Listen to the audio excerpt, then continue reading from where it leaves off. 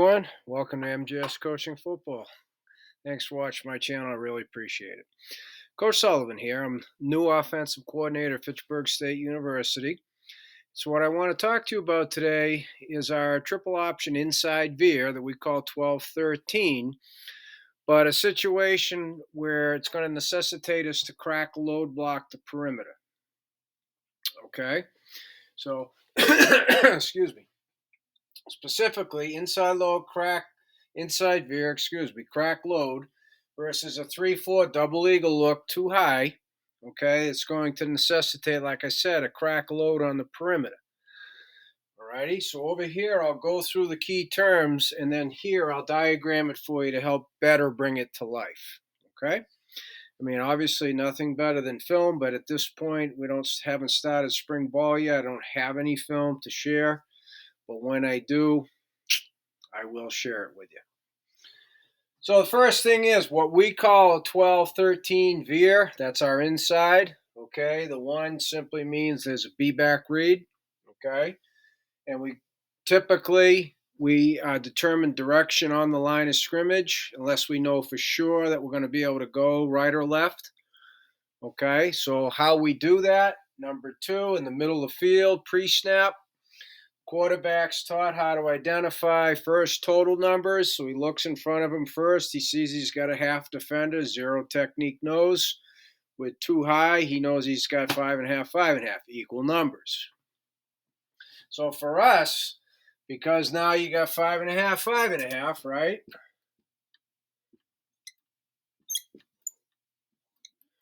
Right?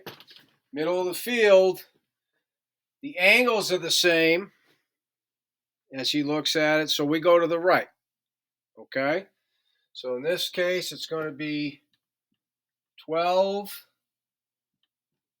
veer, and what ends up happening is our slot, our A-backs, and our wide receivers communicate the crack load.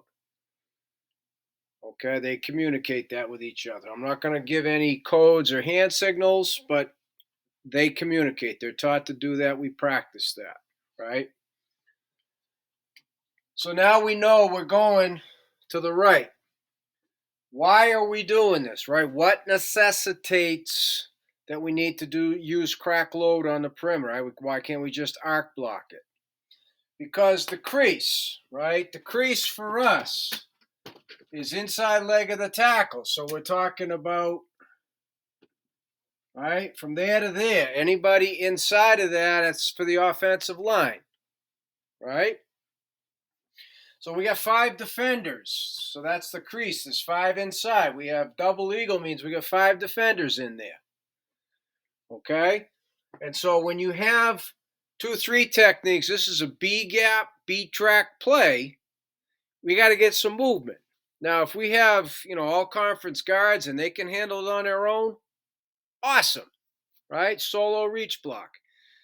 But when you don't, and that's more often than not, you got to double team it, right? So now you cannot account for the play side inside linebacker. That's why.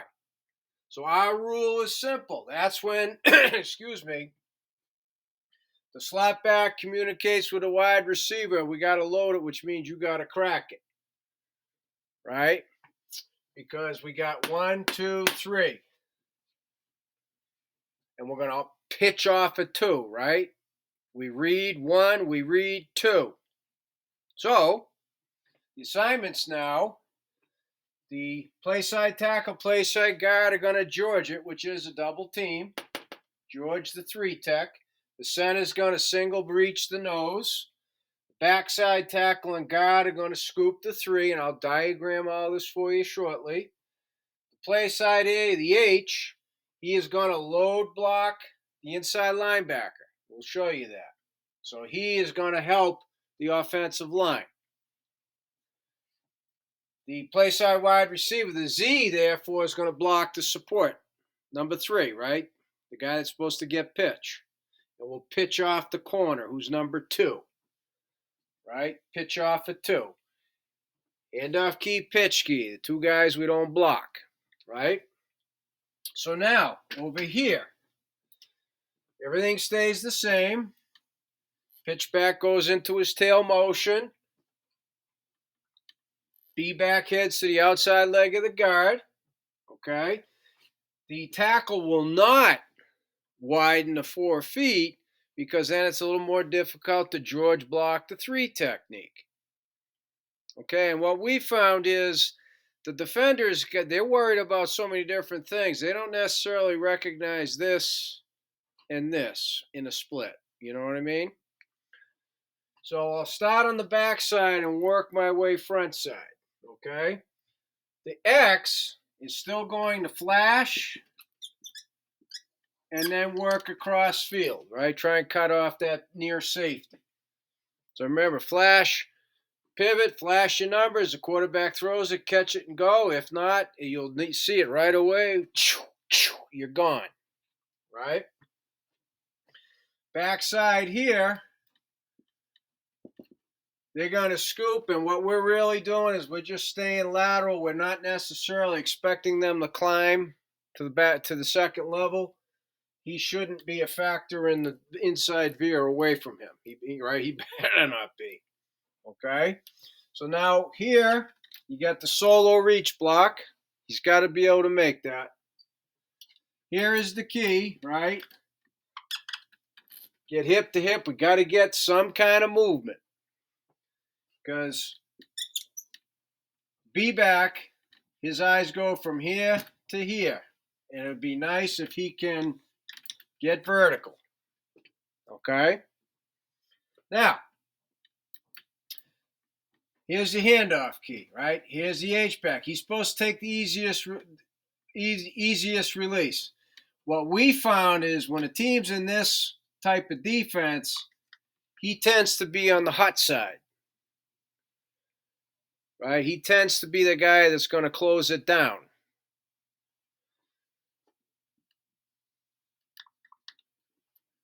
So the H-back should be going butt side, but if for some reason he sits there, he'll go inside of it. You see what I'm saying? Okay? But either way, he is responsible for him. Here. Crack it. We got to get the seal. Got to get that seal. So now if the quarterback sees that it's going to be a disconnect, he can be coming downhill, getting onto the perimeter, and now we're pitching off a number 2. So that's going to necessitate, we're going to take regular lines, split with the wide receiver if at all possible. If he has to cut him down, he will.